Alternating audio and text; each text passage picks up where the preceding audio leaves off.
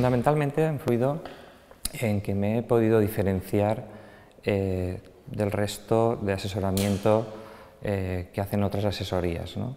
Yo hago un asesoramiento más a medida cara al cliente, viendo sus necesidades y viendo sus preocupaciones, ¿no? Y amoldando los conocimientos adquiridos en el máster con los nuevos conocimientos que se van adquiriendo, los nuevos cambios normativos, haciéndoles un traje a medida a nuestros clientes, ¿no? Y un asesoramiento personal, ¿no?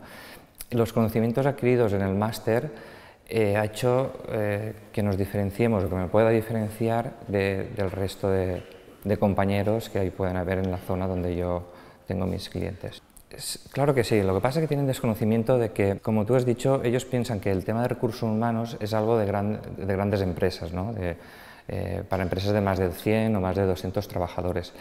Y no creen que pueda aportar algo a sus empresas, ¿no? Ellos están englobados más en el día a día, en los problemas diarios, pero yo me he podido comprobar que ese asesoramiento que hemos podido, y que aún se puede hacer mucho más, y se puede implementar el tema de recursos humanos sobre todo a pequeñas empresas de 25, de 30, que hay más de las que nos podemos pensar. Incluso, yendo más lejos, incluso a empresas de 10 o de 8 trabajadores se puede hacer algo. Sobre todo les ayuda en algo de selección, les puedo ayudar algo en contratación, en costes, análisis de costes, análisis de estructura de empresa, que a lo mejor para el tipo de facturación que tienen, amoldar ese tipo de contratos o de empleados que tienen al sistema que pueden hacer.